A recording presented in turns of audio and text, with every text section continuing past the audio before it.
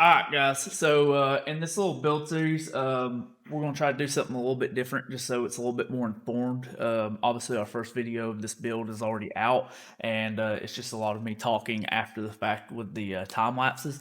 But we're going to take and stop in between the time lapses, or while we're recording and working on the car. And after a little bit, after we get a little bit done, I'll kind of explain to you what we've gotten done and what our next steps are. Just like I said, that way it's a little bit more informed on what we are doing and why we're doing things a certain way and stuff like that. But from as you've seen before, we started on the main structure of the cage. Derek got the main hoop tacked into place. We got all of our heights, our lean back, and everything set where it needs to be. Then after that, we took and got our pedestals up to do our dash bar. Got our dash bar cut down to length, and then from there we he worked on the outriggers from the dashboard down to our floor structure.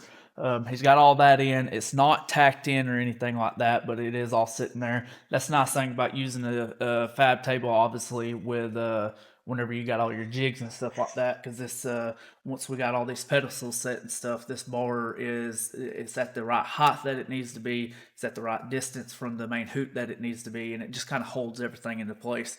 Because that's like these bars, they're just sitting there. They're not tacked in, they're not anything. So then you can really fine tune all over your notches and everything like that. And if Derek goes around, you can obviously see the notches are very nice on everything. So Yeah, and all these notches on these bars and the double and the main hoop, they're all yeah, you got complex double yeah, you notches. got 2 to 3 notches inside of one notch that, and they're not all just a straight notch. They've got a little angle to them and stuff like that. So it does make it a little complicated, but honestly, it's made it way easier having this here. This is Derek's little gym now. That's my best friend Yeah, right that's his there. best friend, and it does. If anybody is wondering, this thing is well worth the money. That's Miller Brothers. Yeah, well worth the money. And so if anybody's been on the fence about one, because we were for a long time, it's well worth it. If it's blue, it's true. Just get it. That is true. That is very true.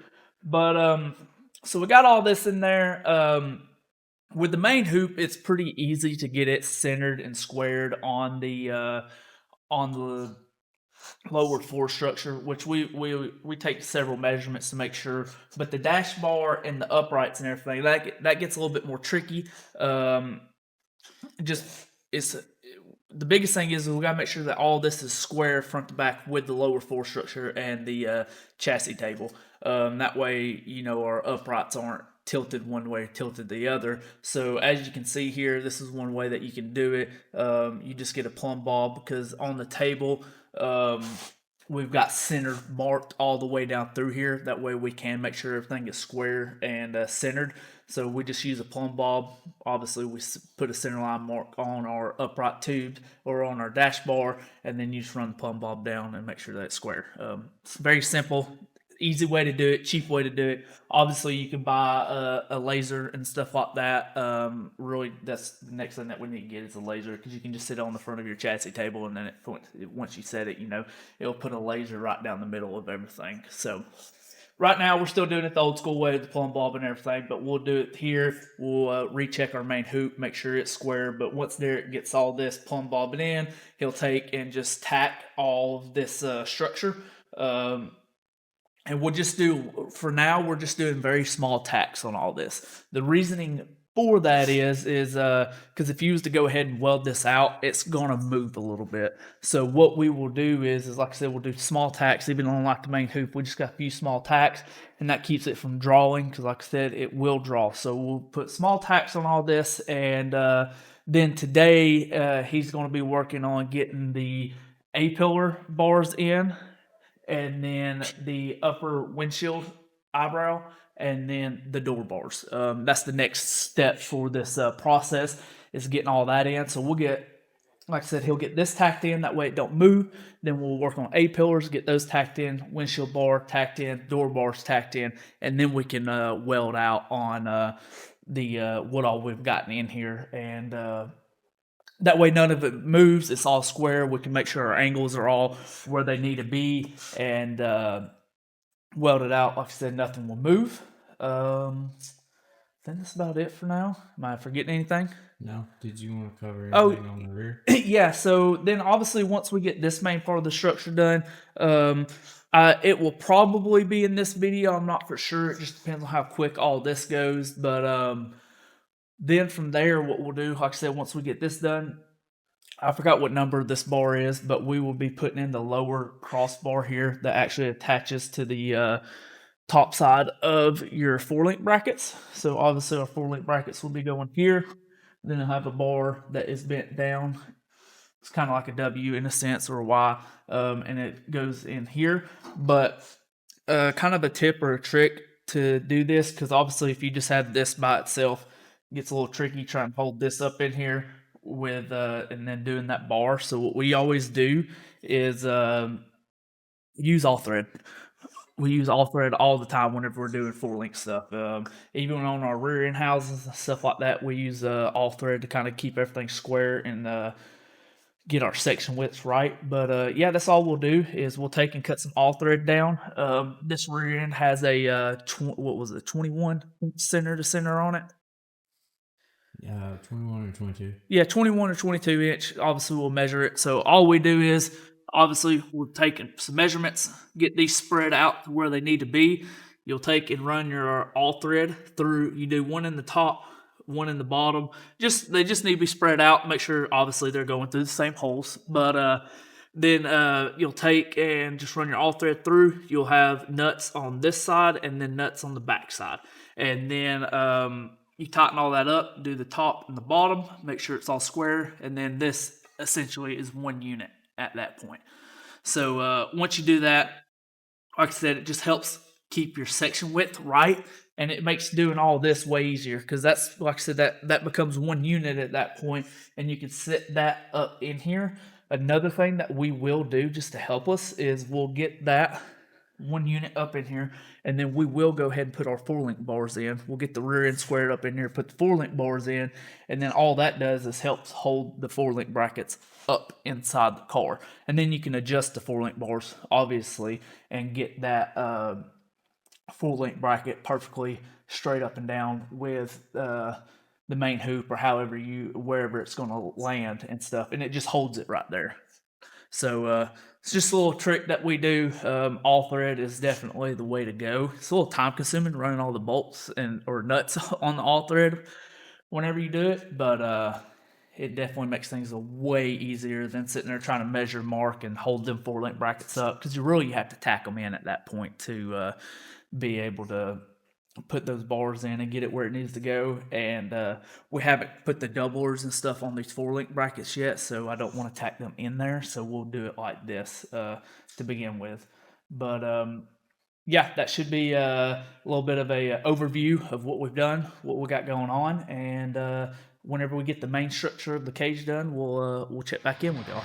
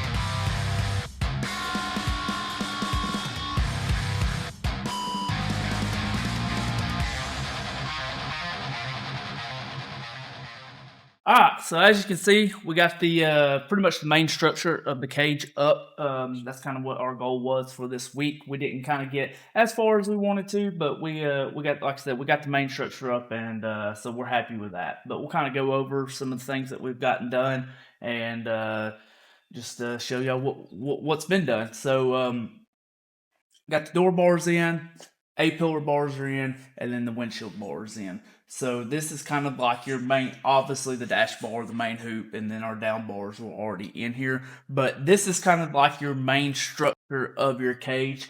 And then this is also too, this whole section right here is what is actually certifying in the car whenever you're talking about 25.5, 3, 2, whatever of that nature. There is some that ties into it with the front and the back, but the main part of what it's getting certified is just from your main hoop to your dash bar. So this is really the most important part right here. So we got everything in. It's all tacked. It just needs to be measured again. Make sure everything is at the right heights that we need. Everything is square in the center and everything like that. But once all that's in, we'll get this all welded up. And then once we get all this welded up, we'll start back on the back side of the chassis. Um, I do know at the first part of the video I talked about us go ahead and doing the 4 link brackets and stuff like that. I didn't realize I didn't have the doublers yet for the 4 link brackets, so that's one reason why we didn't mess with that, because it would have been a nightmare to put 4 link brackets in and then weld doublers onto them after the fact. So 4 link doublers are in, so that will be kind of what's going on in our next video, getting the doublers welded on, and then start on our upper crossbar for the 4 link brackets, and then obviously getting the 4 link brackets in, and starting on our back tube section for the rear end. That will be a pretty good, cool little section. It'll really start. I mean, obviously, it looks way more like a car now than it did before, but it'll really start coming together once we start on this back structure. And it gets a lot of bars. It's just a cool looking section of the cars. I've always liked doing the back sections just because of the way they look and stuff like that. So be a lot going on. I don't know. Probably the next video, like I said, it'll just be getting the back structure up. Probably won't be doing the anti-roll bar or anything else like that in it. But just be the back section, and then from the back section, probably to finishing out the containment section for the driver will be the following video after that. I'm just kind of giving y'all some insight of our steps on getting this thing done. But anything to add, Derek? No. Do you want to give them any kind of info as to? I know we talked about this being a 25.2, kind of what that'll start to weight wise for those that don't know, kind of difference. Well, off the top of my head, I am not 100% sure, but so the biggest difference in between like a 25.5, you're allowed to use the stock floor plans. You don't have to have nowhere near as much floor structure and everything like that. You can also kind of get away with it with a 25.3, but a 25.5 is it's good, I believe, for it's a 750 certs, 25.5. And like I said, the floor structure is kind of what you get away with, and then you have nowhere near the amount of gussets and stuff inside the cage. You will 6 inch gussets. A 25.3 I know will cert to 3,600 pounds at, I believe it's 650 in the quarter. Like I said, I'm just doing these off the top of my head. I might be wrong. I know y'all will correct me on that. But you got a lot more floor structure in a 25.3. And a lot of gussets and stuff like that. And you honestly have a little bit more bars, and your tube diameters are bigger in a 25.3 compared to a 25.2 or 25.1. And the reasoning for that is just because of the weight difference. Like I said, 25.3 is 3,600 pounds, and then I believe a 25.2 is 3,000 or 3,200 pounds, but it'll start to a 6.0 in the quarter. So there's a lot that goes into this and stuff like that. Somebody that don't really know what they're doing, that's where they can get really confused, just because there's a million different ways that you can do it and a million different ways to make it cert. And you can also have chassis certs that double cert. So double cert to as long as it's under 3,200 pounds, it'll cert to 6.0, and then if it's over 3,200 pounds, it'll cert to a 25.3 at 650. Just depending on how you do the cage and stuff like that. So yeah, there's a lot that goes into this stuff and a lot of planning and stuff like that. But There's also too, if anybody's wanting to build their own cages, there's you can go online and order SFI books, and you can get them for 25.5, 25.3, 25.2, 25.1, and then like even the Pro Mod truck that we got in here, it's a 25.6, I believe, just because of the weight on it. So really, if you know what time you're wanting to run and the weight of the vehicle that you're wanting to run, then you can look on there and see what cert you need, and then you can order one of those books, and it will, I mean, they're about yay thick, and it gives you all the diagrams and tells you exactly where everything needs to go, and bar sizes, thickness, and everything like that. So definitely something to invest in for sure. Anything else? No, just adding some info in there. Yeah, adding some info. I don't know if we've really talked about this on this cage much. I think we have a little bit, but one thing different that's a little bit different on this cage, it's a little bit more time consuming, is where all of our cross bracing is, like our door bars, our X's and the floors and everything like that. There's just not a single notch like this that ties into the bar. Most people would just do a single notch here that ties in here, and then have a long notch to where it ties into this rocker bar right here. To where on this, we are actually double notching. So this bar is actually intersecting your lower bar here and your upright bar here. So it's getting welded and fully containing this joint right here. So it just makes the chassis a little bit stronger doing that. But it is definitely way more time consuming doing it like that. I will say that. But yeah, like always, if y'all have any questions, any comments, make sure to leave them in the comments section. And thank y'all for watching these videos. The last video did great for us. We gained like 120 followers from it and stuff like that. So super excited about that. We're going to try to keep pumping this content out for y'all. But thanks for watching, and we'll catch y'all in the next series on this build.